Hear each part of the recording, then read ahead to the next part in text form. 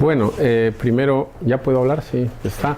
Agradecer al profesor Modesto Montoya, que siempre con la amabilidad y la curiosidad y la motivación de contribuir con la ciencia en el Perú, siempre me invita, siempre que paso por aquí. Y yo siempre estoy contento no solamente de atender a su amabilidad, sino de contribuir con todos ustedes en lo que pueda para promover la ciencia en el Perú. Hoy es un evento especial y la verdad es que me ha dado gusto hasta romper un poco el fin de semana, porque he venido con mi esposa también a pasar estas 2 semanas aquí en Lima, a contarles un poco sobre cómo se hace una tesis, cómo se escoge un tema, no sé cómo se dice aquí, supervisor o director de tesis, ¿no? Asesor, el asesor de tesis. Y darles unos consejos. Una de las cosas tal vez más importantes antes de comenzar a darles más detalles, porque he preparado un par de slides bastante simples y pedagógicos, es decirles que muy probablemente haya cosas que yo les diga que contradicen lo que ha dicho el profesor Montoya. Y luego él dirá cosas que contradicen lo que yo ya he dicho, y luego cuando le pregunten a otro dirá cosas totalmente opuestas, algunas coincidirán y otras no, y esas contradicciones, esas aparentes contradicciones son correctas, es lo que debe ser, porque la investigación y los temas de tesis pues son, y los consejos son muy personales, cada uno cuenta su experiencia personal. Y en lugar de ustedes darse de golpes en la cabeza o irse después a tomar un café y decir, pero nadie se pone de acuerdo y nos dicen cosas contradictorias, tienen que tomarlo como una riqueza. Esto es una riqueza, es decir, la diversidad es una riqueza. Pensar diferente es una riqueza.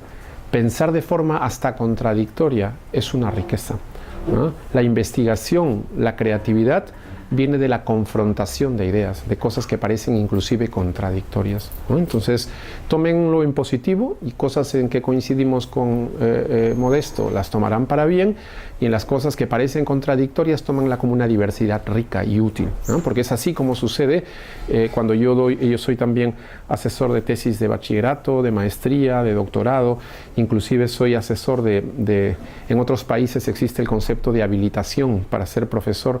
Yo soy asesor de habilitación, o sea, después que ya uno ha sido doctor, para poder tener el derecho a ser profesor. En Alemania, por ejemplo, existe el concepto de habilitación.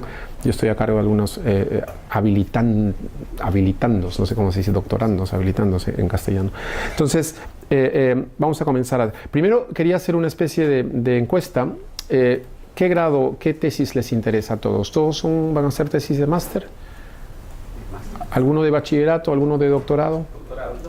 Doctorado. ¿En qué tema? En el área ambiental. Ambiental. ¿Y por allí? En la parte de gestión de riesgos. ¿Y? ¿De? Gestión pública. Gestión pública. ¿Y los de máster? ¿De qué temas? Ambiental. Gestión pública. Ok. ¿Alguien de ingeniería? Físico, ¿Físicos? ¿Algunos? ¿Cuántos físicos? ¿Uno solo? somos raros. Y químico, etcétera. Entonces es bastante diverso, ¿no? Me alegra y me alegra que sea interdisciplinario, ¿no? Y así todos podemos compartir ideas. Si tuvieran alguna pregunta mientras yo voy hablando, pues levantan la mano. Si se quedan hasta disgustados por algo que he dicho, que les parece que no está bien o que está bien, pues lo dicen también, ¿no? El mundo de la investigación es un mundo complejo, donde el intercambio de ideas aparentemente contradictorias es importante, ¿okay? Entonces, bueno, he preparado cosas así. Si pudieras cambiar al siguiente slide, ¿no? ¿Cómo hacer un trabajo de tesis? Entonces, en el primer slide he escogido estos temas de elección de tema y de asesores, pongamos ahí. Yo he puesto supervisores. Le estuve preguntando a mi hermano, que es ingeniero, pero parece que no es universal. En algunos lugares le llaman director de tesis, jefe de tesis, supervisor de tesis. Bueno, asesor, voy a usar la palabra asesor de tesis. Y son cosas muy importantes, ¿no? Es casi como escoger la pareja de la vida, ¿no? La pareja que uno siempre quiere que sea para toda la vida y a veces no funciona. Bueno, con mi esposa, que no escucha mucho, pero que en este caso funciona, ¿no? Pero digamos, el primer comentario que quería hacerles es: el tema tiene que ser de actualidad, relevante y original. Y esa es una frase, o sea, he preparado con mucho cuidado estas frases y quisiera que se las tomen en serio. Así discrepen, me gustaría que se las tomen muy en serio. Porque cuando yo digo actualidad, les vengo a decir cosas que algunos las tomarán para bien, pues y algunos otros hasta se podrían ofender, pero yo creo que hay que decirlas. No es porque estamos en el Perú, ni en Lima, ni porque yo estudié en la Uni, en la Católica o en Harvard, que cambia el criterio internacional de actualidad, de algo que tenga relevancia, ¿no? Que sea actual, relevante y original, ¿no? Yo, como tengo ya muchos años, menos experiencia que Modesto, pero ya muchos años en el mundo de la investigación, pues yo he acuñado ya frases en mi grupo de investigación en Bilbao. Me repiten, a veces me hacen reír porque yo no me doy cuenta, pero parece que repito con mucha frecuencia en conferencias algunas frases, ¿no? Y una de las cosas que suelo repetir es que la originalidad, la relevancia y la actualidad de un tema de investigación, de un tema de tesis, por ejemplo, pues no es del barrio de Pueblo Libre, de donde yo me crié, o de las calles de Boston, o de la Escuela Normal de París, ¿no? Esos son criterios universales. No existe, por darte un ejemplo para el físico, para comenzar en algo más cercano a lo mío, no existe una idea original y actual y relevante en física que solo tenga validez en una esquina de París o en un rincón de Bilbao. No, la novedad, la originalidad en la ciencia, en la investigación, pues es universal. Y yo les invito a que tengan esa forma de ver su trabajo de tesis, con esas ganas y esa ambición. En mis épocas, cuando yo corría por aquí y jugaba al fútbol, pues no tenía ni acceso a Internet. Hoy en día, pues el acceso a Internet nos permite aceptar ese desafío de originalidad, actualidad y relevancia de una forma más evidente, ¿no? Cuando yo estudiaba en la Universidad Católica, y yo admiraba la famosa biblioteca de ciencias, donde iba a buscar mis temas de investigación y esas cosas que le apasionan a un científico o a un investigador, pues era un cuarto tal vez de este tamaño, con libros que me emocionaban, ¿no? El día que visité el Centro Internacional de Física Teórica en Trieste por primera vez y vi que la biblioteca tenía una dimensión 100 veces superior a mi biblioteca más avanzada, ¿no? Se me cayeron las lágrimas de emoción. Y de frustración, porque pues yo no quería salir de allí nunca, ¿no? Es decir, ver todos los libros y todas las revistas. Hoy en día cualquiera saca su celular o va a cualquier cabina de internet, pues, y tiene el mundo entero de la información. Entonces hoy en día no podemos ni siquiera poner la excusa de la falta de acceso a la información. Entonces, insisto, el criterio de originalidad, de actualidad y relevancia. El de originalidad es implacable. Ese es implacable, no hay forma de eludir. Un tema de investigación tiene que tener un aspecto original. No tiene que ser, ojo, no nos engañemos, completa. Nunca nadie dijo esa palabra, nunca nadie. Tampoco hay que ser exagerados. Cuando digo originalidad, tiene que estar en un marco de un conocimiento establecido, ¿no? El de relevancia es más sutil, porque tal vez corresponde más a un criterio personal. Por ejemplo, para alguien que trabaja en cuestiones medioambientales, pues hoy en día el famoso global warming, el calentamiento global, pues es un tema muy relevante. Probablemente ustedes saben, por la cultura general y el área en que trabajan, que no todos están de acuerdo en que el calentamiento global es un problema, ni siquiera que existe, ¿no? Es un debate, hay gobiernos, intereses creados, económicos. Entonces podría ser que ustedes digan, para mí estudiar el calentamiento global, ¿cómo el Perú contribuye al calentamiento global de forma positiva o negativa? Pues puede ser que para algunos sea muy relevante y para otros no. Entonces ese criterio es más útil. El de la originalidad no. Eso realmente es bastante evidente y eso hay que discutirlo. Y lo de la actualidad, pues eso también es, yo diría que relativamente fácil y universal, porque uno hace yo le llamo Google Test, pero yo veo que mucha gente le llama igual por el mundo, ¿no? Google Test significa poner entre comillas en Google la frase calentamiento global Perú. Pues si salen 250.000 links, ¿no? o páginas de internet, y si ponen calentamiento global China, pues de pronto salen 10 millones. Entonces ya entenderán que para el mundo grande, pues estudiar el calentamiento global que produce China puede tener mayor impacto, mayor actualidad, mayor relevancia. En fin, uno puede ir midiendo, depende de los buscadores. Google es una cosa muy genérica, pero hay Google académico, creo, en español, donde ustedes podrían ser inclusive más específicos, ¿no? Y ustedes saben más que yo cómo hacer sus búsquedas. Pero insisto, algo de actualidad, relevancia y originalidad. Evidente, sí. Yo diría un poco saber el tema de relevancia, ¿no? La relevancia es con respecto a algo. En este caso puede ser relevante para mí como persona. Exacto. Pero en mi análisis puede darse el hecho que yo diga relevante para el país. Sí. Hay dos posibilidades. Sí, sí. No solamente es personal. Sí, me alegra que lo comentes, no solo lo comentas, sino que hasta yo lo tomo como una crítica y en el mundo de la investigación lo único relevante son las críticas. Vas muy bien no sirven para mucho, la verdad.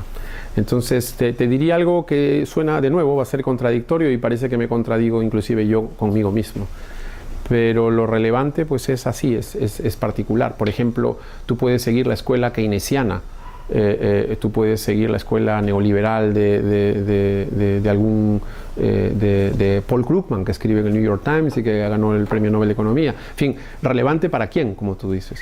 Lo que yo les invitaría, sobre todo cuando uno está a un nivel de hacer una tesis de máster o está comenzando un doctorado, es no jugar al héroe solitario, ¿no? Al llanero solitario, de querer decir, mira, a mí no encuentro a nadie, no conozco a nadie en el mundo, pero a mí se me ha ocurrido que este tema es relevante. No les aconsejo ser muy rebeldes. Hay que tener, la investigación es una rebeldía intelectual constante, ¿no? Pero tampoco exageremos. ¿Por qué? Porque uno está comenzando una tesis de máster, una tesis doctoral. Es peligroso arriesgar demasiado. Se los dice alguien que se considera un rebelde sin causa por excelencia. Yo nací contradiciendo al mundo entero. ¿Ah? Entonces viene de alguien que ha pasado y ha sufrido esa rebeldía intelectual constante. No lo aconsejo. Al mismo tiempo que no lo aconsejo, el que quiera deshacerse de ese comentario, el que quiera no hacerme caso, pues es bienvenido, porque eso es la rebeldía, ¿no? La rebeldía es escuchar lo que opinan los otros, gente tal vez que ha llegado más lejos que ustedes y que ustedes digan, pues no, yo lo voy a hacer al revés. Bueno, así era yo. Pero les aconsejaría que sean un poco prudentes, ¿no? Entonces, ¿relevante para quién? Pues, por ejemplo, si Paul Krugman escribe un artículo en el New York Times sobre calentamiento global y el impacto en la economía de Latinoamérica, ¿no? Pues yo lo leería y vería a quién cita, qué referencias usa, qué libros, a qué otros pensadores. Buscaría cuál es el último libro que ha escrito Paul Krugman sobre el calentamiento global y la influencia en Latinoamérica, etcétera, ¿no? O sea, buscaría un marco de actualidad bastante estándar, ¿no? Con el respeto que se merecen nuestros periódicos, pues yo no cogería un periódico chicha, yo no sé cómo se llaman hoy en día, ¿no? Y porque allí usan un par de palabras inútiles sobre economía, pues yo no le daría un valor. Y el otro, eso por el lado formal, ¿no? Relevante para líneas estándares internacionales. Pero también hay el contexto local, evidentemente. El calentamiento global, pues puede ser que el Perú tenga algo que decir o pueda, por ejemplo, generar tecnologías o ideas o conceptos o patentes asociados a productos que ayuden a que China combata el calentamiento global. Yo he estado dando conferencias y visitando la Universidad de Tsinghua, por ejemplo, en Pekín, que es la universidad más avanzada de tecnología en China. Soy inclusive profesor visitante en la Universidad de Shanghai por 3 años, pero no voy, etcétera. Y bueno, son ciudades donde uno llega, pues ya hay una nube, o sea, en el avión ya no se puede ver nada. Es decir, hay días en que no se puede ver nada en Shanghai y en Pekín. Entonces, entenderán que el Perú haga un producto o una variante de genética de algún grano o alguna idea que ayude a que China, como el monstruo de país que es, pues mejore sus tecnologías, pues es una idea novedosa, es una idea osada, novedosa, que tendrá contextos específicos. Será de Perú, por algún tipo de conocimiento en Perú que se aplica a China. Parece restringido, como tú decías, al Perú, pero no, siempre tiene ese grado de universalidad.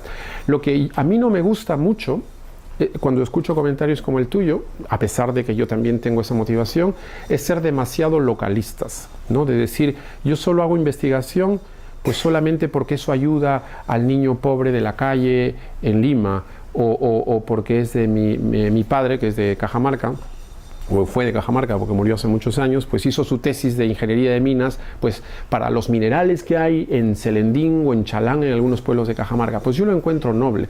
Pero el peligro de esas actitudes es caer en un localismo y regionalismo que nos quite universalidad. Cuando mi padre supo que había plomo, zinc o minerales en la región donde nacieron sus padres, está haciendo una contribución universal, porque estamos hablando del planeta Tierra. Entonces, no quito yo que haya esa motivación personal y localista, pero siempre tiene que haber un criterio de universalidad. Estamos hablando del universo, de la economía, todo hoy está muy interconectado como para cerrarse demasiado. Para hablar, por ejemplo, de física, que es el tema más cercano a lo mío, pues yo me fui del Perú con mucha frustración y siempre regreso con muchas más ganas ante críticas de, oye, y esto de la física atómica y de la física cuántica, ¿cómo le da de comer a los niños pobres del Perú? ¿No? Y es tan agresivo ese comentario, tan ofensivo, que parece que uno tuviera que tener vergüenza de hacer investigación en física cuántica o en física atómica. Y la respuesta es muy obvia. Y yo les doy ejemplos de mi experiencia, pero pásenla a las áreas de ustedes, de economía, de clima y esas cosas. Es un error grave decir lo que acabo de decir. Cuando ustedes escojan su tema de tesis y quieren contribuir con su país, ustedes tienen que también sentirse dueños del universo. Cuando yo veo un chico peruano que me dice, sí, pero yo quisiera ayudar a mi país, bueno, ¿y qué te interesa? La física cuántica, pero entonces tienes que producir la mejor física cuántica de la historia, la mejor física cuántica internacional.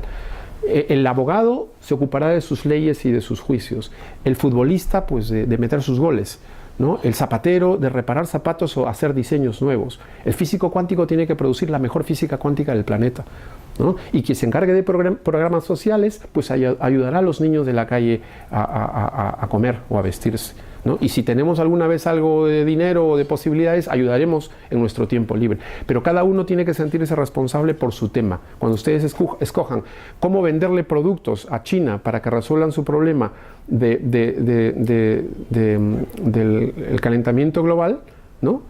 Pues ustedes están contribuyendo no solamente con el calentamiento global, con el conocimiento mundial, sino también con ese niño que un día, cuando se comercien y paguemos nuestros impuestos y el gobierno, felizmente, digamos, que use bien el dinero de los impuestos, pues ayudará a sacar a los niños de la pobreza. Pero cada uno tiene que sentirse dueño de su especialidad y orgulloso de hacerlo. No tiene nada de malo interesarse por el calentamiento global o por la física cuántica o por la astronomía o por lo que sea. El científico, pues, tiene que moverse por su curiosidad, ¿no? Entonces, no entremos en esos debates inútiles que me parece que confunden, solo confunden, ¿no? Bueno, continúo, pero me alegra de que sigan preguntando. El asesor de tesis tiene que ser experto en el tema o tiene que tener interés. Bueno, eso me parece una cosa muy obvia, ¿no? Pero no es común.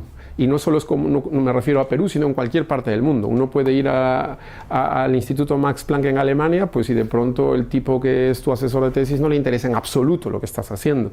Entonces ese tipo de cosas ustedes tienen que tener cuidado. La motivación total tiene que ser del estudiante, del que hace la tesis, pero no puede uno trabajar con alguien a quien no le interesa en absoluto, ¿no? Entonces, ojo, fíjense que he puesto O, tiene que ser experto en el tema o tener interés, porque la idea podría ser muy novedosa donde no hay nadie en el mundo que sepa exactamente todo. Pero tiene que haber esa curiosidad conjunta para buscar información y conectar los temas de interés, ¿no? En el tercero he puesto, no existe tema agotado, lo que existe es poca creatividad.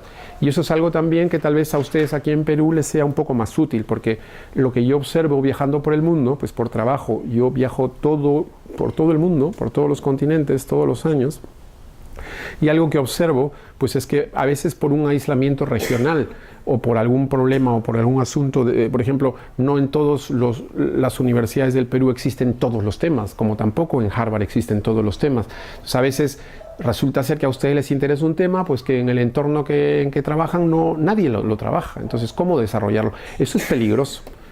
Por eso les decía, ser demasiado ortogonal a lo que se tiene cercano es peligroso. Y si les mueve mucho la curiosidad, pues entonces tienen que aceptar ese desafío, pero tampoco esperen, no le pidan peras al olmo, ¿no?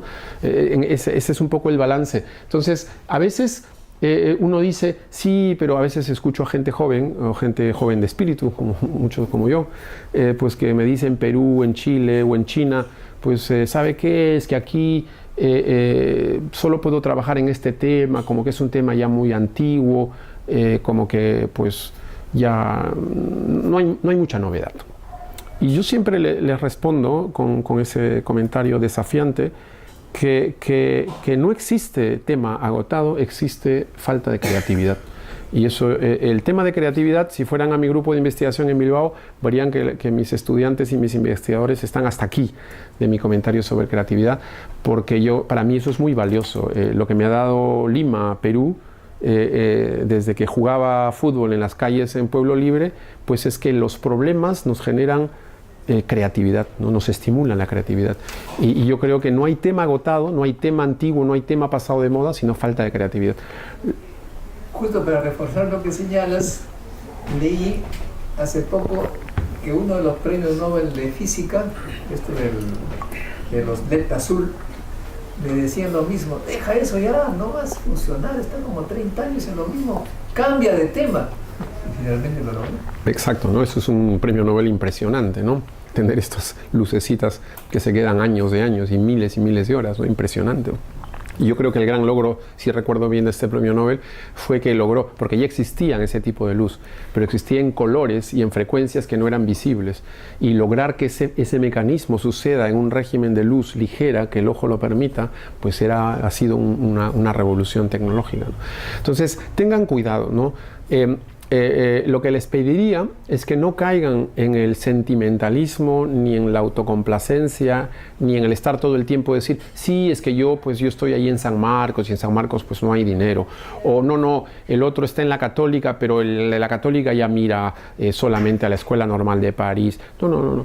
Yo, desde que estuve aquí, y todo habitante de este planeta tiene acceso a la información universal, y no existe ni el mal asesor, ni necesariamente el tema agotado, sino existe la falta, aceptar desafíos. Un investigador es una persona curiosa, y una persona que ha nacido en esta ciudad y en este país por los grandes desafíos y retos que tiene, es súper creativa, ¿no? Yo he conocido muy pocas personas en el mundo de la élite internacional, que tenga la creatividad que se tiene aquí, porque la creatividad surge de la necesidad de resolver problemas, ¿no? Cuando yo llegué a París, y Modesto estudiaba en París, pues que hice estudios de máster también en París, pero no me gradué allí. A mí me sorprendía, la gente está acostumbrada a coger los libros, ver los problemas, pues y ya está. Y si no, ya nos lo contará el profesor, porque las estructuras están muy bien hechas, son países muy desarrollados, ¿no? Todo está hecho. Mientras que uno aquí pues se recursea, uno busca todo el tiempo sacarle la vuelta a un asunto, buscar una ventaja, una desventaja. Y me di cuenta rápidamente pues que el peruano medio es muy creativo, ¿no? sabe confrontar problemas. Entonces, eso de estar diciendo todo el tiempo: no, es que yo no tengo el libro, claro, es que aquí no está el asesor del MIT, no, es que no vale. Uno tiene que saber aceptar el desafío, buscar el tema original, el tema actual, el tema relevante. Hoy en día se tiene acceso a todo eso, y uno tiene que aceptar esas condiciones, ¿no? Entonces, piensen la creatividad. Sobra la creatividad aquí. Existe aquí mucha más creatividad que en los lugares de élite en el mundo, ¿no? Solamente cuando ustedes se convenzan de eso van a poder traducirlo a su trabajo de investigación, ¿no? Y bueno, y lo último, que es un corolario al 3, que es el de la falta de tiempo. Pues a mí me sorprende, porque claro, ahora mi sobrino con el iPhone pues ya no tiene tiempo, el primo, ya nadie tiene tiempo para nada, ¿no? Yo hice mi tesis de maestría trabajando 40 horas a la semana, recibiendo 0 soles de beca, ¿no? Y cuando escucho ahora pues que gente ya ahora, felizmente, el Perú empieza a producir y empieza a apoyar a su gente, pues resulta ser que a mí me sorprende que falte tiempo. Yo, si había que llevar 3 cursos en un semestre, yo llevaba 5, y encima trabajaba 40 horas a la semana. Claro, no me pregunten en qué me divertía, pero nunca me quejé. Y yo creo que hay que abandonar un poco ese espíritu de estar todo el tiempo echándole la culpa al sistema y al otro, y hay que aceptar el desafío individual e intelectual de tratar de ser los mejores, porque la información está allí y los cerebros son muy democráticos y son todos similares en cualquier parte del mundo, ¿no? Entonces, la motivación cuenta mucho. La motivación, las ganas de ser mejores y las ganas de producir. ¿Ok? Entonces, antes de cambiar el slide, no sé si hay alguna otra pregunta o comentario con respecto a estos 4 puntos. O alguien que me quiera hacer una pregunta en el marco de su trabajo de tesis, que así yo puedo ser más específico. O alguien quiera comentar. Quiero hacer un pequeño comentario, sí, desde mi punto de vista. Sí. Resaltar un poco el tema de la motivación, ¿no? Sí. De que en este caso es mucho más importante en todo este tema, porque la motivación, fuera de que si uno dispone de su tiempo para poder realizar un tema de investigación, así como usted menciona que tenía 40 horas semanales, cuando uno está motivado, en casi todo el tiempo cuando uno está despierto piensa en ese tema. Entonces te permite poder desarrollar más rápido tu trabajo, y es un plus adicional al tiempo, ¿no? Que mientras estás motivado, por ejemplo, cuando estás caminando, cuando estás en el carro, y es más conversando con otras personas, estás pensando en ese tema y afloran ideas. Y ese es un buen tema, ¿no? La motivación, porque te ayuda a ganar mucho más tiempo para que avances tu trabajo. Completamente de acuerdo. Mientras escuchaba, pues recordaba Albert Einstein, Claro. para muchos el mayor físico de la historia, para mí junto con Newton, pues tal vez los dos mayores de la historia, pues descubrió los famosos artículos que publicó en 1905, los hizo mientras trabajaba en la oficina de patentes de Berna, en su tiempo libre, y durante el trabajo, cuando veía que no había mucho trabajo, pues levantaba y se ponía a hacer cálculos. Entonces, no caigamos, como les digo yo, en esa actitud de todo el tiempo querer encontrar pretextos para no crecer. Es la curiosidad, la motivación, y al final tampoco es obligatoria. Si no la tienen, pues cambiarán de actividad y harán otra cosa. Pero la investigación es un virus que uno tiene, algunos individuos tenemos, que no nos deja vivir, que no nos deja respirar, no nos deja disfrutar. Todo el tiempo queremos comprender, todo el tiempo queremos crear, ¿no? Todo el tiempo queremos meternos donde no nos llaman y leer lo que no debemos. Y proponer ideas y hacer desarrollos y hacer tesis y hacer investigación, ¿no? Eso es un virus. Es una cosa indescriptible. Yo trabajo con mucha gente joven a lo largo de los años. Es indescriptible. Es algo que solamente ustedes saben si lo tienen o no lo tienen. No es algo, no es algo que se estudia casi, ¿no? Esa motivación la tiene uno. Y lo que describes es lo que yo hago toda mi vida. Lo que yo hago ahora cuando salga, cuando llego al taxi, pues todo el tiempo, teniendo en el inconsciente mis últimos problemas, mis últimos cuestionamientos, y cuando salga de aquí, pues será igual. Eso lo verán ustedes. ¿Ok? ¿Algún otro comentario? ¿Alguien? Sí. Sí, totalmente de acuerdo con tus comentarios con respecto a la relevancia, porque va al principio de que tiene que servir. No interesa si es local o universal, la idea es que sirva. Es un poco la idea. Y en cuanto a actualidad, claro, lo actual es realmente lo que atrae mucho, pero en este punto se refiere a lo fashion, a la moda, o no. Uy, qué buena, muy buena pregunta. Me alegra que seas tan osado, ¿no? Me alegra que seas osado, porque sí y no. Es decir, sí, lo fashion pues también importa, lamentable. A eso me refería. Si ustedes, por darte un ejemplo, es lo que yo le llamo, cuando hablo con la gente que está haciendo tesis, le llamo el diseño de la carrera, ¿no? Que a veces yo creo que no todos tenemos. A veces uno cree que todo es ser un nerd, que estudia, calcula, mira, yo estoy siempre con un libro. No. Hay que tener una astucia, una inteligencia emocional y diseñar la carrera. Por darte un ejemplo, si tú haces una tesis de maestría o doctorado, porque tu plan es luego hacer un doctorado en tal país o buscar trabajo en alguna institución en particular que tenga que ver con tu tema, pues probablemente el tema fashion de esas instituciones y de esos países te convenga, ¿no? Entonces yo escogería algo que me permita crecer, ¿no? A eso me refería con esta rebeldía y la originalidad. A veces por darte un ejemplo, a veces me va a ocurrir que a mí me gusta mucho también hacer esto, el brainstorming o la improvisación, ¿no? Imagínate que yo dijera, pues que yo pienso que tal vez el zancudo. La palabra zancudo no existe en España ni en otros países, ¿no? Zancudo es una variante ahí de mosquito que yo sospecho pues que sea sensible a las ondas gravitacionales. ¿Entiendes? Pues una idea súper osada. Yo te aseguro que nadie nunca la ha considerado. Pues que las alas del mosquito son tan débiles que probablemente tengan la sensibilidad cuántica en metrología para las ondas gravitacionales. Y se me ocurre un tema, pues mira, si acaba siendo verdad, ganas el Nobel el próximo año, ¿no? Pero la probabilidad de que sea cierto es nula. Entonces yo no me metería a eso, ¿no? Otro tema, para inventarme uno, porque acabamos de visitar Pachacamac, ¿no? Si me pongo a estudiar los mecanismos, cómo se fabricaban esos adobes para construir las ruinas de Pachacamac, pues si mi plan en mi diseño de carrera es luego ir a hacer una estancia en Egipto, o en algún país donde haya también arqueología, pues yo buscaría algo que digan, mira, en Egipto también se usaba una mezcla de barro con cemento y no sé qué, pues mi experiencia de Pachacamac me va a permitir vender, hay que usar la palabra vender correctamente porque es fashion para el contexto egipcio, que dicho sea de paso no es Egipto, lo hace Alemania o lo hace el Reino Unido, ¿no? Entonces ese es un poco mi plan. Entonces me interesa Pachacamac y no voy a estudiar por ejemplo Sacsayhuamán, porque ahí eso es piedra. Y lo que a mí me interesa en mi diseño de carrera, porque es más, va a tener un contexto más fashion, mis planes, pues eso es válido, es completamente válido, ¿no? Ser científico talentoso no significa ser ingenuo, ni tonto, ni obsesionado, ¿no? Eso hay que entenderlo. Esas cosas son válidas, son completamente válidas, ¿no? Lo otro, la aventura, el hecho de decir, yo solo quiero ser algo útil, entonces voy a estudiar algo, pues me interesa el calentamiento global, pero quiero ayudar pues a los niños pobres del barrio del Tunante en Trujillo, donde yo tengo familiares. Pues me parece una ingenuidad total. O sea, seguir mucho al corazón así sentimental no es muy astuto. No es muy astuto.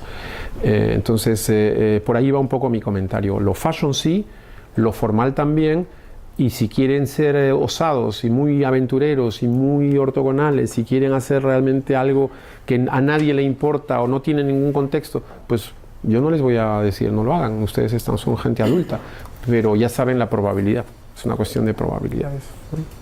Es una cosa complicada. ¿Alguien más quería hacer un comentario? O pregúntenme si alguien dice esto es más máster, esto es más doctorado, mi tema es este, si quieren alguna sugerencia con respecto a estos puntos. El término simpleza se pudiera usar en algún momento para buscar un tema. A mí se me ocurre una idea muy... A ver, cuéntame tu idea. Pertinente, quizás. Sí. Yo quiero inventar, por ejemplo, un jabón que no se resbale. Cumpliría algunos criterios de esto, porque es original, es relevante, bueno, no sé si es actual. Es un tema muy simple, ¿no? Cosas así, cosas locas, digamos. Se me ocurre que si inventas un jabón que no resbale, podría herir la piel también. ¿Cómo sería? Eso ¿no? Entonces, claro, por eso te digo este comentario porque no puede quedar solo en eso. Eso que acabas de decir, pues es una idea bonita y te aseguro que sería muy práctica y generaría inclusive una empresa y mucho dinero y alguna patente, pero tiene que formalizarse. Eso está un poquito cercano a mi ejemplo del mosquito y las ondas gravitacionales. Claro, parece lo que se llama un breakthrough total. Porque claro, para detectar ondas gravitacionales uno necesita, por ejemplo, algo muy sensible. Se usan algunos tips, es un poco cercano a mi área, ¿no? Se llaman sistemas nanomecánicos cuánticos supersensibles a oscilaciones de masa, ¿no? Pero claro, las alas del mosquito también parecen débiles, entonces... pero tiene que formalizarse, tiene que acercarse más. De hecho, suena un absurdo lo del mosquito, pero yo tengo colegas, de hecho yo soy asesor de un centro de fotónica cuántica en Gran Bretaña, ¿no? que están financiados por el Ministerio de Defensa, donde ellos atrapan langostas y tienen que estar vivas y la ley lo permite para enviarles luz láser en los ojos porque se han dado cuenta que estos conceptos de biomimética, pues en los ojos de ese tipo de langosta pueden detectar un solo fotón, es decir, un cuanto de luz, lo cual era inimaginable porque el ser humano no lo puede hacer, pero esas langostas sí. Entonces te das cuenta que mi ejemplo del mosquito, cuando te cuento esto, pues ya no parece tan absurdo, pero esa gente recibe dinero, financiamiento, venden sus productos, han logrado que la ley permita el uso de esas langostas vivas porque no pueden hacerlo muertas, tienen su sistema, o sea, tienes que esas ideas osadas tienen que acercarse a la realidad. Uno no puede llegar a decir, voy a hacer mi tesis de máster, jabón que no resbale. No. Vas a tener, yo te voy a decir qué tipo de compuesto químico, luego tal vez no resbala, pero limpia, porque si no resbala y no limpia, pues tampoco me sirve. Y luego, si no resbala y limpia, pero cuando yo me lo paso por la piel, me daña la piel, entonces tienes que llevarlo. Pero ese es el tipo de brainstorming que debe ser permitido, ¿no? O sea, censurar a alguien que venga con esa idea es criminal casi. Jamás, ¿no? Mis estudiantes y mis investigadores están obligados. Cuando llega el primer estudiante de bachillerato, de máster, les damos esta información. El intercambio de ideas y la propuesta de ideas tiene que ser horizontal. Yo siempre estaré dispuesto a escuchar ideas usadas, pero luego tiene que venir el siguiente paso, y el siguiente, hasta formalizado. ¿Alguien más antes de cambiar de slide? Sí. En cuanto al tema, a veces puede diferir de diferentes países la relevancia de cada tema. Sí. ¿Y si es por las políticas o por otro tema de creatividad? La última pregunta. En cuanto al tema, la relevancia, Sí. ¿difiere de tus países en cuanto a la política o a la creatividad de las dos cosas a la vez o una puede ser? ¿Esa es tu pregunta o es un comentario? Un comentario más o menos. Sí, o sea, eso es verdad. Por ejemplo, ahora tengo un ejemplo. Gente como Modesto o cualquier de sus profesores en las universidades, pues les dirán, ¿sabes qué? El gobierno peruano ha puesto una partida y va a financiar y va a apoyar tesis pues que apunten sobre problemas de arqueología o problemas de la pureza del agua o cómo generar ambientes donde se respire mejor, pues porque aquí hay mucha contaminación. Y habrá un dinero específico. Entonces, si tu plan es hacer una tesis que no tan solamente te ayude a tu entorno, sino que luego puedas presentar y conseguir un trabajo en algún ministerio, porque ese era el tema de relevancia para tal proyecto, hay un proyecto nacional o internacional. Eso es lo que yo llamo diseño de carrera.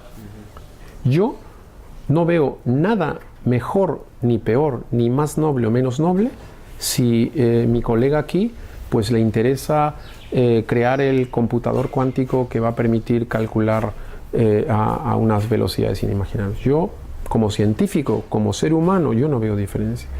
Yo no veo por qué un peruano tendría que limitarse en su creatividad y en su curiosidad para hacer contribuciones con la historia de la humanidad. Yo, como peruano, nacido en Pueblo Libre, yo me siento parte de la historia de la creación científica total, masiva. Para mí es mi relación con el universo y con el conocimiento. Otros pues dirán, no, yo quiero que tenga el impacto sobre el niño que no puede comer. Pues lo encuentro noble, cada uno en su área, pero el creador, el científico, no debería limitarse. Pero uno tiene un diseño de carrera, tienes que tener un diseño de carrera. El tuyo pues es muy noble, ya te acabo de decir un poco el marco. Sí hay contextos locales. Por ejemplo, en España pues no se financia la física cuántica al nivel de la computación cuántica. ¿Con quién colaboro yo? Pues con Google, con el Silicon Valley, porque ellos son los mejores del mundo. Pues yo no siento que esté traicionando ni mi condición de peruano, ni de español, ni el financiamiento. Yo tomo esa decisión, yo hago el diseño de carrera. ¿Por qué? Porque yo tengo el compromiso conmigo como individuo, como científico, frente a la historia del pensamiento y del conocimiento humano. Yo me veo así. Si tu diseño de carrera es, es que el ministerio, y en el ministerio se financia, pues piénsalo. Pero uno tiene que pensar en uno mismo, ¿no? Uno siempre tiene... Una frase que me marcó mucho en mi desarrollo personal fue, para dar, primero hay que tener, ¿sabes? Para dar, primero hay que tener. Lo que estoy haciendo ahora con ustedes es darle mi experiencia, pues porque la tengo, pues la he creado, ¿no? Querer dar, porque en países como el Perú a veces nos educan mucho, querer dar, primero hay que tener. Y yo me siento orgulloso de ser peruano y ser experto en computación cuántica mundial. Y de motivar a la gente, porque así me veo yo frente al universo. Si ustedes tienen otro diseño, otro microcosmos, otra visión, pues háganla, pero no es ni mejor ni peor que la otra, ni mejor. Si alguno de ustedes quiere resolver el problema del calentamiento global y tiene ideas, pues los invito a que lo hagan, ¿no? Bueno, les quiero contar una anécdota ajena. Para el profesor de la UNI se fue a Nueva York a enseñar física. Y había un caballero allí que sacaba pésima nota y no sé por qué estaba ahí, dice él. Dijo, mira, joven, tú, la física, vas a ser un fracaso. Te aconsejaría que te cambies, pero doctor, yo quiero ser físico. Sí, puedes querer, pero no puedes, cámbiate. Te voy a jalar de todas maneras. Dice que muchos años después, 15, 20, no me acuerdo, entré él a un supermercado de esos que ahora están de moda, cadenas, a sacar cosas ahí más o menos de lujo. Y dice, ¿compro o no compro? Tampoco cara la cosa. Y de repente un señor dice, ¡profesor! No lo reconoces. quiere comprarse los regalos, yo soy dueño de todas estas cadenas. Usted me hizo un buen consejo. Oye, la física va a ser millonario. Es buena, es buena. Sí, no, yo conozco un profesor en Hamburgo que siempre cuenta, es un experto en tecnologías cuánticas también, y él atrapó el primer átomo en una trampa de Paul. Y siempre está orgulloso de sus alumnos científicos, pero siempre menciona a uno que llegó a ser presidente de banco, ¿no? Que dejó la física pues por ser presidente de banco. Entonces, a eso me refería yo con el diseño de carrera. Y el diseño de la carrera y de los estudios pues tiene que ser dependiente del tiempo y de cada momento, cada cosa en su momento. Hay ¿no? que decir también, quiero añadir algo, algunas personas, y en mi caso en realidad, yo hago las cosas por placer, me gusta y lo hago, pues, ¿no? Yo fui preparado para técnico electricista en el Politécnico Nacional del Santa y me enviaron becado, si no hubiera venido a Lima, por el gobierno peruano al colegio, al instituto que se llamaba Politécnico José Pardo, que en esa época era lo mejor que había en Lima, porque te enseñaban a manejar las máquinas más modernas eléctricas que venían con la cooperación alemana, y allí iban a buscar así a los jóvenes, se los llevaban al extranjero, ganaban mucho dinero, más que los de la UNI, etc., ¿no? Porque los de la UNI con sus integrales y su cuántica terminaban y el mercado no lo requería. Claro. Entonces a mí se me ocurre que yo quiero ser físico, no me gusta ni matemáticas y física, nada más. ¿Dónde estudia eso? Dijeron, bueno, está ahí en la UNI, además hay que dar examen de admisión. Y yo voy. ¿Y de qué vas a vivir? Me preguntaron. Y me acuerdo que me salió espontáneo, dije, supongo que no me dejarán de hambre, morir de hambre, pero me gusta. Así que hay gente que hace Sí, exacto. Depende la carrera que uno escoja. Exacto. Modesto está contando mi historia y yo creo que será la historia de muchos. Mi esposa puede confirmarles pues, que yo, el primer día que me pagaron para hacer la tesis doctoral en Brasil, pues yo me sentía mal casi. Me decía, ¿qué me pagan? Y luego dije, y si no consigo trabajo, pues yo decía, me voy a ir a Berlín, que era mi ciudad favorita, y voy a trabajar en un McDonald's haciendo hamburguesas.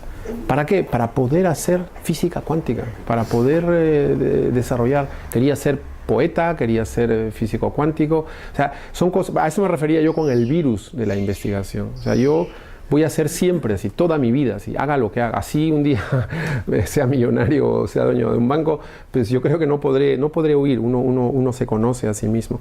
Y la anécdota esta, pues yo tengo una que justo conté de una conferencia en la Universidad Católica el lunes. Y les contaba a los chicos pues una anécdota que la he repetido ya tantas veces, que uno de mis mejores profesores en la Universidad Católica en física era el profesor Ugaz, yo no sé si estará vivo, no sé dónde estará, hace muchos años, y era buenísimo, había trabajado en Estados Unidos, en otros países, y yo tenía que trabajar y estudiaba, trabajar y estudiaba, y un día me llama y me dice, pues vas a pasar el curso, pero no sirves para nada, la física no es lo tuyo, mucho menos la física cuántica, pues eres un inútil completo, ¿no? Y a mí me choca hasta cuando cuento la anécdota, porque por lo que viene después. Yo recuerdo haber salido de su oficina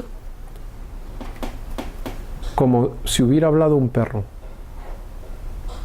Para mí no me afectó en lo más mínimo. O sea, para mí era yo y el universo, yo y el conocimiento científico en la historia, yo y mi creatividad, yo y mi ansia de conocimiento y de producir ideas nuevas. O sea, que mi mejor profesor me haya dicho que no sirvo para ese tema no me cambió en lo más. Simplemente decía, bueno, tendré que estudiar más la próxima, voy a ver este libro, claro, porque no pude ver este problema ahí del átomo. No me desmoralizó en absoluto, ¿no? Entonces ya cada uno con lo suyo. O sea, yo no, cuando los chicos me dicen, entonces tenemos que imitarte, yo siempre les digo, no. Y debemos hacer esa locura que tú dices, no, yo siempre les digo no. Pero si al otro día se levantan y quieren hacer lo contrario, pues es que tal vez tienen el virus bien activo y nadie los podrá parar, ¿no? Es una cuestión, la motivación, eso ustedes lo sienten, y el espíritu crítico y creativo que comenta aquí nuestro colega físico. Entonces pasamos al segundo slide, solo para acabar con el tema, ¿no? Es el desarrollo de la tesis. Digamos que yo les he hablado mucho de motivación, del asesor, en fin, pero el desarrollo, ¿no? Y eso también, de nuevo, si digo cosas que contradicen lo que dijo el profesor Montoya o algún otro colega, es que todo vale, ¿no? En estas cosas todo vale, ¿no? Entonces usen lo que les corresponde. A mí en particular en mi grupo, que tengo muchos chicos jóvenes, investigadores, etcétera, pues yo soy bastante duro a veces cuando les hago críticas, pero yo creo que son constructivas, ¿no? O sea, una semana que están comenzando a hacer la tesis con el tema más o menos definido y se ponen a redactar. Bueno, discúlpeme, yo no lo entiendo. Yo no lo entiendo. Puede ser que sea la tensión, el nerviosismo, ¿no? Pero para mí una tesis se comienza a redactar cuando uno ha llegado al primer resultado original y novedoso. Antes que eso, pues es una pérdida. Ustedes pueden decir, estoy tomando notas, estoy haciendo ahí un cálculo, tengo ahí una hoja de matemática en MATLAB, otro en LaTeX, estoy escribiendo en Word, pero una tesis, o sea, la actitud del investigador, como yo siempre la describo, es la del cazador. Al menos ese es el tipo de investigación que yo hago o con ese estilo. Soy un cazador como un puma que persigue a la presa, o como un gato que persigue al ratón.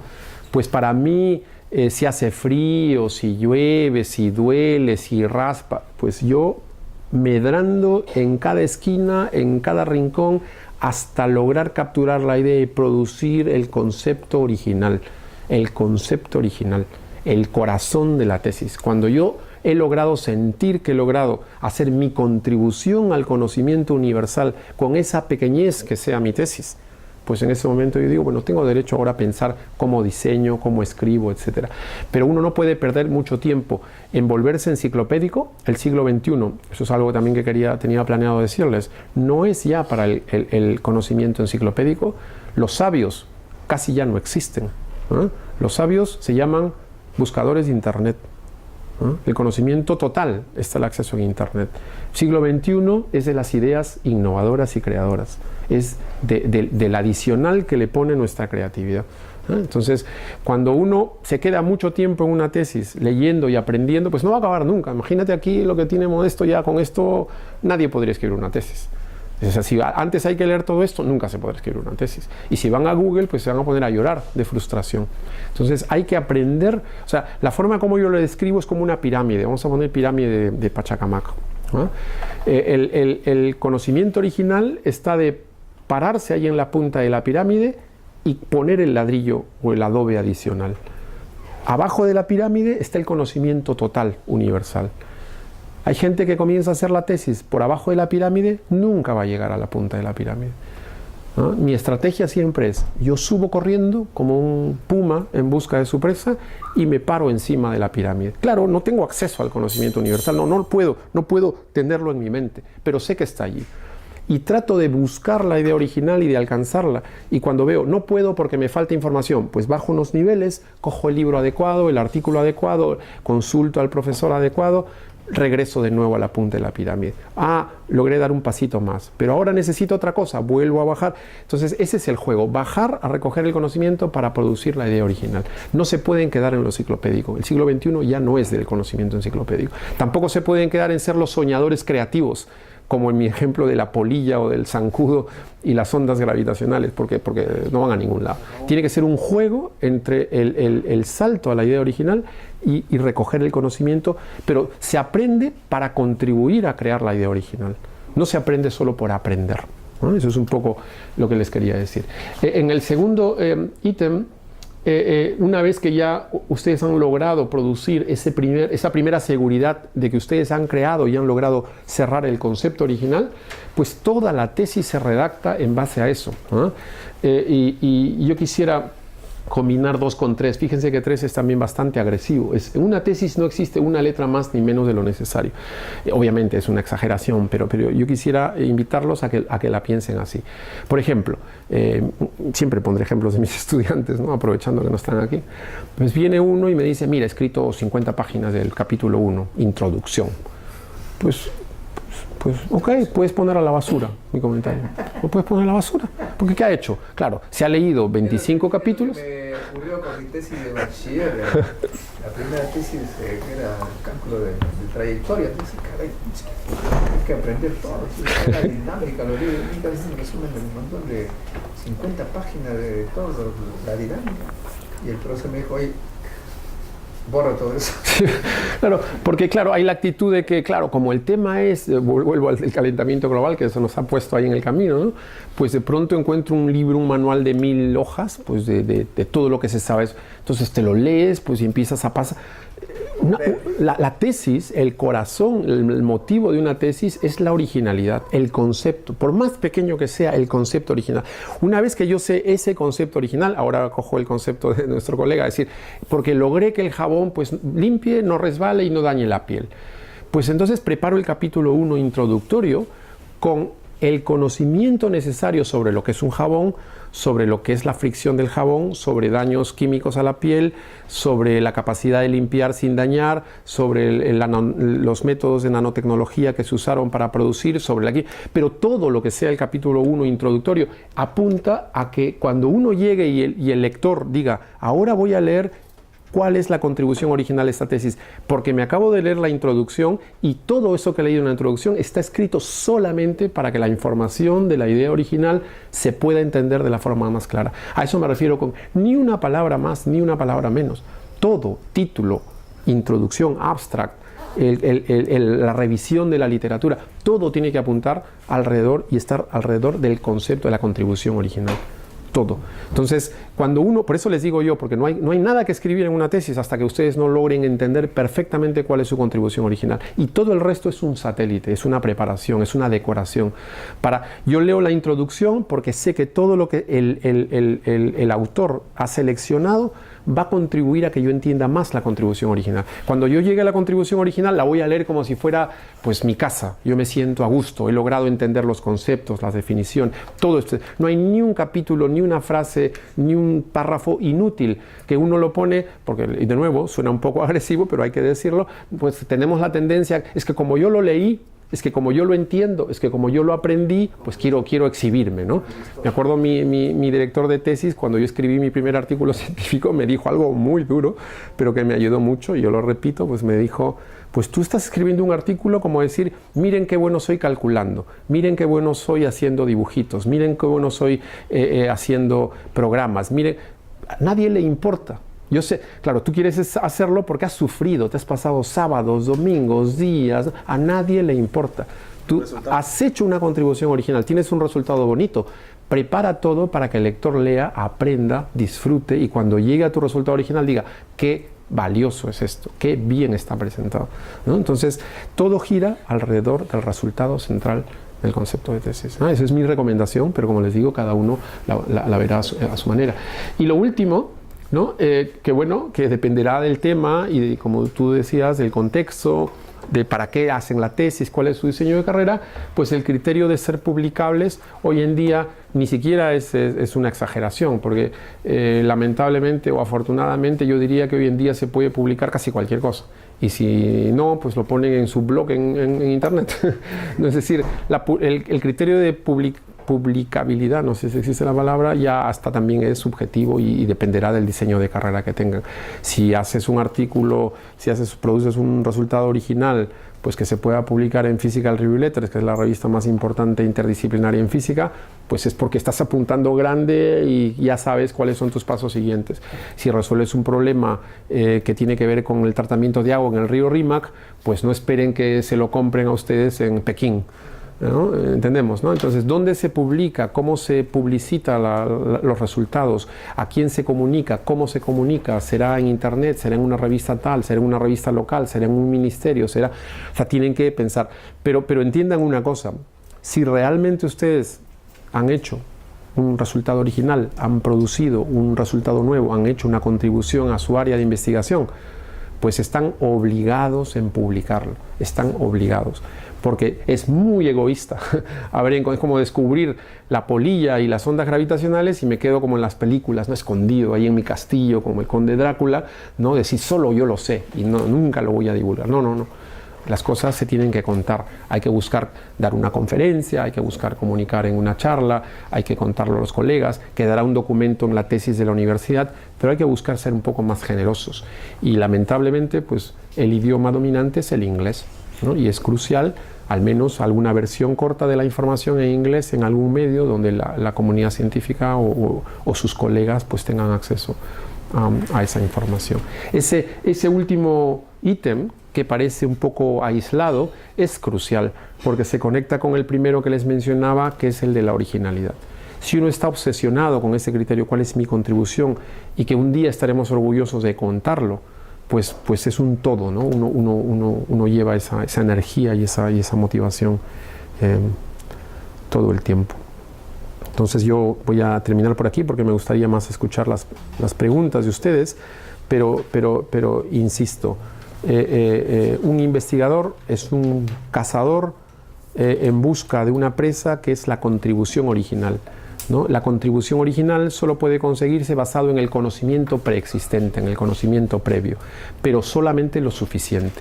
No podemos quedarnos en lo enciclopédico ni en lo soñador. Tenemos que buscar combinar el conocimiento necesario para llevar a buen término la contribución original, que debe darse ya desde la tesis de máster, en mi opinión, y es obligatoria en el caso de una tesis doctoral, sin ningún remordimiento, sin ningún complejo, sin tener miedo de ser llamados ambiciosos. Para mí la palabra ambición, yo siempre les hago la diferencia a mis estudiantes. La ambición pues es una palabra que va perdiendo su verdadero valor. Yo siempre digo ambición sana, solo para limpiarla un poco, ¿no? A diferenciarla de esa ambición mezquina, ¿no? Los perdedores son los que pues tienen la ambición es ojalá que le vaya mal al otro. No, concentren su energía y su creatividad para ser mejores. Esa ambición sana de querer ser mejor como individuos es lo que nos permite ser generosos, ¿no? Vamos a dar porque nosotros tenemos, porque nos queremos, ¿no? Un investigador tiene un cierto narcisismo también, ¿no?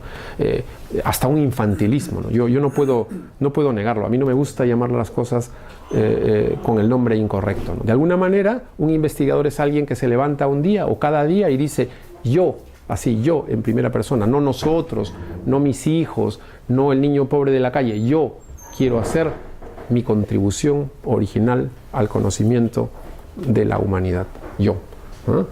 ¿Cómo? Pues en interacción con mis colegas, con mis alumnos, con mis profesores, con el conocimiento preexistente, y yo pondré mi grano de arena.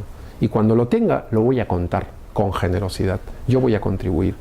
Ahí ese lado individual. Eres tú frente al conocimiento, tú frente al universo, tú frente a la historia del intelecto, ¿no?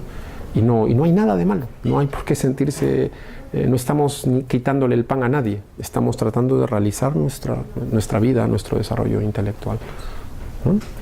Y somos muchos, miren en esta sala, ¿no? Y viajen por donde viajen, ¿no? Como yo a veces voy por el centro de Lima, veo un niño descalzo que viene y me pide un sol, y cuando le quiero dar un sol y ve mi helado, pues me dice, no, dame tu helado, ¿no?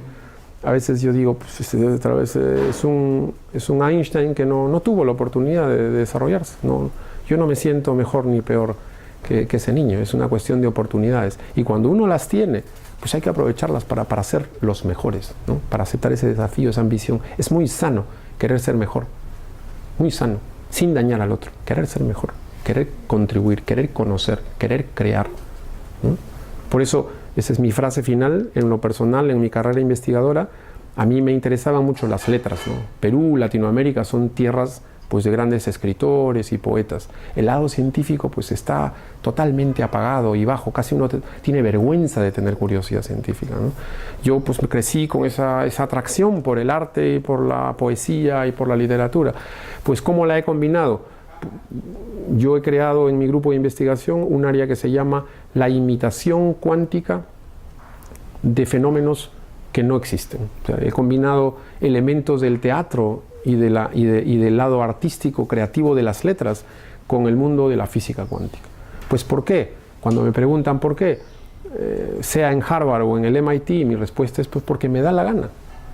Porque yo no tengo que explicarle a nadie ni dar explicaciones por qué me nace combinar el lado literario, creativo, pues con el mundo de la física cuántica. Es porque así me sale, así me expreso. Es una manera de expresarme, ¿no? Luego hablaremos de si es útil, si hay aplicaciones, si podemos hacer el computador cuántico o eso no, si eso ayuda para curar el cáncer o da de comer a los niños pobres. Pero yo necesito expresarme como investigador. Yo los invito a que busquen ese lado tan íntimo y humano, y es así como se honra a la educación de nuestros padres, se honra al lugar donde se vive, es siendo uno mismo, ¿no? Y expresándose y sintiéndose orgulloso de tener esa curiosidad. Les aseguro que mientras más leales sean a ese virus que uno tiene dentro, más generosa será su contribución y más posibilidades y aplicaciones tendrá en su entorno, ¿no? Yo sé que digo algunas cosas un poco a contracorriente de lo que se suele decir por aquí, porque como de esto hemos estado en muchos debates en radio, etcétera, pero a mí me parece que es la honestidad del individuo consigo mismo, con su educación y con su entorno, ¿no? Expresarse artística y científicamente con ese poder creativo que le llamamos la investigación, que no le pertenecen a los americanos ni a los alemanes, le pertenece al ser humano. Eso es genético, está aquí en nuestro código genético, no viene con el pasaporte, lo tenemos todos. ¿Ok?